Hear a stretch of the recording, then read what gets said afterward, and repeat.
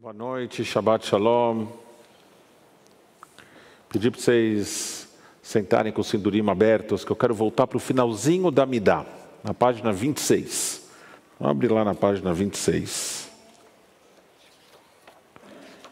Bem no meio da página, mas tem um parágrafo grande, aí tem um parágrafo num quadradinho, não muito quadrado, um retângulo. Depois tem uma bênção que é uma linha só. Eu quero no parágrafo seguinte, nesse quarto parágrafo. E esse quarto parágrafo é uma adição para ser a reza espontânea. Aquela que depois que terminaram as 19 bênçãos durante a semana, ou as 7 bênçãos durante o Shabat. Essa é uma bênção adicional. Nos primeiros séculos do período rabínico, século I, século II, as pessoas ofereciam esses pedidos antes da Amidá, porque não tinha Amidá, eles ofereciam quando terminava a parte do Shema, as suas bênçãos. Quando o Rabban Gamliel II, que era o líder da comunidade judaica na terra de Israel no começo do segundo século, nessa época ele instituiu o Amidá. Esse espaço para os pedidos pessoais foi mudado para o final da Amidá. E no Talmud, vários rabinos oferecem quais eram as rezas que eles diziam. Era um espaço para uma reza espontânea. Então, cada um tinha a sua formulação. No Talmud tem várias dessas ideias. Inclusive, a reza de um tal Mar Bar Ravina, que era um rabino da Babilônia. Quando Amram Gaon codificou o primeiro Sidur que a gente conhece, ao redor do ano 860, ele incluiu a versão de Mar Bar Ravina como uma sugestão para as pessoas que achavam que não tinham criatividade o suficiente para, naquele ponto, adicionar o seu pedido, a sua prece pessoal. E aí, quando o primeiro Sidur europeu foi editado, o Mahzor Vitri, no século XI, essa ideia de que era só uma sugestão foi substituída pela uma codificação de que aquela é a regra. Então, a reza que Mar Bar Ravina redigiu para ser a prece pessoal dele, e que o primeiro Sidur colocou como um exemplo, no século XI passou a ser estabelecido como uma regra que todo mundo tinha que seguir, e com a popularização da imprensa, a partir do desenvolvimento de Gutenberg, aí sim que virou essa a fórmula para todo mundo. Hoje, nos últimos 50 anos, vem tendo um esforço para que esse seja um espaço para os pedidos pessoais, começando com os movimentos liberais, mas hoje mesmo na ortodoxia já se entende que essa não é uma reza obrigatória, esse é o espaço para cada um colocar os seus pedidos. Mas o que será que diz essa prece pessoal de Mar Bar Ravina? E ela começa assim: meu Deus, impeça a minha língua de dizer o mal e os meus lábios de enganarem. E aí por aí vai. De tudo que os rabinos podiam pedir do ponto de vista pessoal, eles não pediram riqueza, eles não pediram sabedoria, eles não pediram disposição para trabalhar de forma mais intensa no dia seguinte. Eles pediram a capacidade de se conter e não fazer parte do que a tradição chama de Lashon Hara, a língua do mal. E talvez eles peçam isso exatamente porque é tão difícil não entrar nessa lógica de Lashon Hara. A prática de falar mal dos outros se tornou parte das nossas rotinas de tal forma que a gente nem percebe mais. A gente entra nas reuniões de trabalho falando mal do colega, a gente se reúne com a família e fala mal da prima de quem ninguém gosta, cria grupo dos pais da escola para poder falar mal dos pais que foram abandonados no grupo original. Quem aqui tem grupo de escola? Sempre tem o grupo que está todo mundo, e aí depois tem o grupo que alguns estão excluídos. Quando a gente se dá conta, já foi, a gente já fez Lashon Hara. E nem sempre é por maldade.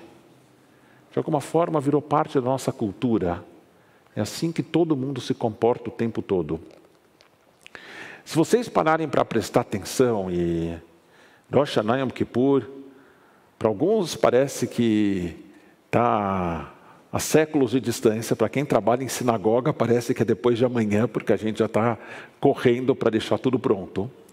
Mas se a gente em Yom Kippur parar para prestar atenção às transgressões que a gente confessa, né, no Hasham, no Bagad, uma parte delas, uma parte imensa, bem considerável, fala de coisas que a gente faz com a fala, de transgressões que a gente comete com a fala. Só para dar alguns exemplos. Tibar Nodofi, nós difamamos. Irshano, incitamos para o mal. Tifal no Sheker, acusamos falsamente. E a Atznorá, demos mau conselho. Latzno, zombamos. Niatzno, provocamos. E se a gente fosse para o Alchet Hatano Lefanecha, a outra parte, a versão mais longa das confissões, a gente ia ter mais uma lista imensa. Parte da evidência que a tradição reconhece que a gente comete essa transgressão com uma frequência gigante, infelizmente. Mas, ao mesmo tempo, a tradição também reconhece que a fala é um atributo divino. É através da fala que Deus criou o mundo e que Deus distinguiu os seres humanos dos outros animais. Quando Rashi comenta o verso em Bereshit, que fala do sopro que Deus deu ao ser humano para lhe dar a alma viva, Rashi escreveu: animais também são chamados de almas vivas, mas a alma humana tem tudo o que eles têm e mais, porque aos seres humanos foi dada a compreensão e a fala. Ou seja, a fala que distingue, na perspectiva de Rashi, é a fala que distingue os seres humanos dos outros animais, a fala e a compreensão. E o mesmo Rashi, numa outra passagem, uma passagem em Vaikra, em Levítico, que proíbe a fofoca, revela uma compreensão assustadoramente contemporânea. Ele escreveu nesse comentário para outra passagem, né, que Deus proíbe a fofoca, dizendo na voz de Deus: digo isso porque todos os que semeiam a discórdia entre as pessoas e todos os que falam calúnias vão às casas dos amigos para espiar o mal que ali vem ou o mal que ali ouvem, para que divulguem nas ruas. Eles são chamados de pessoas que andam espionando. Parece alguma coisa que foi escrita há quase 1000 anos. A gente imaginaria que no tempo de Rashi a realidade fosse diferente, mas não era. Tem um Midrash que diz que os seres humanos receberam 6 atributos, 6 capacidades. E dessas 6 capacidades, 3 nós controlamos e 3 não. Cada uma delas ligada a uma parte do corpo. Então nós não controlamos os atributos do nariz, do ouvido e dos olhos. Então a gente não escolhe o que a gente enxerga, o que a gente cheira e o que a gente escuta. Tá certo? O que está acontecendo, quando a gente passa perto dos rios de São Paulo, a gente queria ter a possibilidade de controlar o que a gente cheira, mas quando o cheiro está ruim, vem o cheiro ruim. De outro lado, os atributos da boca, da mão e dos pés. A nossa fala e os nossos movimentos são competências que estão sob o nosso controle. E esse mesmo Midrash, o exemplo que ele dá para isso, não podia ser mais claro com relação às nossas escolhas. O Midrash fala: a pessoa precisa decidir para estudar a Torá, para difamar, para blasfemar e para se rebelar. Quer dizer, as coisas que a gente faz com a boca, a gente precisa escolher fazer. E uma passagem de Provérbios, de Mishlei, confirma esse caráter da escolha, dizendo: morte e vida estão no poder da língua. De acordo com o Talmud, Lashon Hará, a língua do mal, tem o poder de matar 3 pessoas. Aquela que fala, aquela que escuta, e aquela sobre quem está sendo falado. Por que será então que é assim tão difícil usar sempre esse atributo na direção da vida e nunca na direção de Lashon Hará? Na paraxá dessa semana, Miriam, a profetisa Miriam, se torna fofoqueira ao fazer um comentário maldoso sobre Moshe, ou sobre a sua esposa, sobre a esposa de Moshe, comentário para Aaron.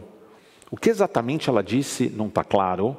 Tem comentaristas que dizem que ela fez um comentário racista, tem outros que dizem que ela estava defendendo a cunhada, mas de qualquer forma, como punição, ela desenvolve uma doença de pele e ela precisa ficar 7 dias afastada do acampamento. Na maioria dos casos, no entanto, a exclusão que acontece como resultado de Lashon Hará não é daquele que dá início, nem daquele que espalha a fofoca, mas é daquele sobre quem se fala. Seja por vergonha, pela pessoa não se sentir acolhida, ou por se sentir explicitamente rejeitada, não é incomum que as vítimas do processo de Lashon Hará se afastem do ambiente comunitário, em um processo no qual todos nós perdemos. Uma historinha, há uns 25 anos, eu morava em Tel Aviv e frequentava a sinagoga reformista de lá, Beit Daniel. Toda semana eu me sentava mais ou menos no mesmo lugar, não tinha meu nome na cadeira, mas era mais ou menos assim, para quem estava olhando da Bimá para a comunidade, é do lado direito, no meio. E toda semana tinha uma velhinha que sentava do meu lado. E com o tempo a gente passou a conversar, com o tempo ela adorava me dizer que ela precisava trazer a neta, e precisava me apresentar a neta, e a gente ficava sempre nessa conversa que não ia para lugar nenhum. Um dia ela me perguntou, você viu quem está na sinagoga hoje? Eu falei, não, quem? Ela me disse assim, convidados indesejados. Eu falei, convidados indesejados? Quem? Ela falou, quem você acha? Eu falei, não sei, o rabino-chefe? Aí ela falou assim, o rabino-chefe é pessoa indesejada? Rabino-chefe, para quem não sabe, rabino-chefe de Israel, são ultra-ortodoxos, nunca pisariam na sinagoga reformista da qual a gente participava. Então ela me perguntou, rabino-chefe é pessoa indesejada? Eu falei, na minha casa para jantar eu não convidava. E a conversa parou ali. Quando chegou a hora do Kiddush, eu entendi o que estava incomodando ela. Tinha sido, naquele dia, a parada do Orgulho Gay de Tel Aviv. E membros da nossa sinagoga tinham ido para a parada, para participar da parada, e para convidar os outros participantes a virem passar o Kabbalat Shabbat com a gente. Para minha vizinha de sinagoga, aquelas pessoas que não tinham feito nada para ela, eram convidadas indesejadas, só porque elas eram quem elas eram. Por muito tempo, por tempo demais, aqui em São Paulo, aqui nessa CIP, membros LGBTQIA+, da comunidade judaica, também se sentiram convidados indesejados. Eles se sentavam ao nosso lado, escutavam as nossas piadas homofóbicas, fingindo rir delas, para não colocar em risco a aceitação deles na comunidade. Parece absurdo, mas com uma frequência imensa, Lashon Hará assume o formato de piada. Piada de mau gosto, piada cheia de preconceito, mas que a gente continua contando, sem perceber o efeito corrosivo que elas têm. Em um documento escrito há alguns anos por um grupo LGBT no Facebook, ao falarem de um grupo LGBT brasileiro de São Paulo, ao falarem de como eles se sentiam na intersecção das suas múltiplas identidades, os autores escreveram: nosso judaísmo foi duplamente, triplamente exílico. Nós fomos primeiramente forçados para fora da nossa identidade sexual, e a seguir fomos forçados para fora do judaísmo. E a única alternativa era esconder uma das duas identidades para poder preservar a outra. Hoje, um grupo de membros do Rinene, o grupo LGBTQIA+, da FISESP, está aqui com a gente, participando do nosso Kabbalat Shabbat. Eu quero dar as boas-vindas a todos vocês. Tentar quebrar pelo menos duas dimensões desse exílio triplo do qual o documento falava. A gente quer que vocês saibam que vocês não são hóspedes indesejados, por dois motivos. Primeiro, porque essa casa é sua e ninguém pode ser hóspede na sua própria casa. O segundo motivo é porque a gente quer muito que vocês participem e que venham e que estejam sempre por aqui. Eu não tenho dúvida nenhuma de que o judaísmo é a casa de vocês.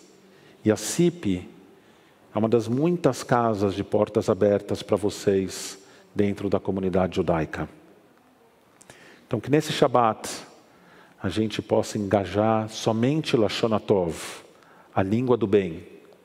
E que essa prática de Shabat nos sirva de incentivo para a gente sempre poder usar só palavras que construam, que encantem, que unam e que acolham. Shabbat Shalom.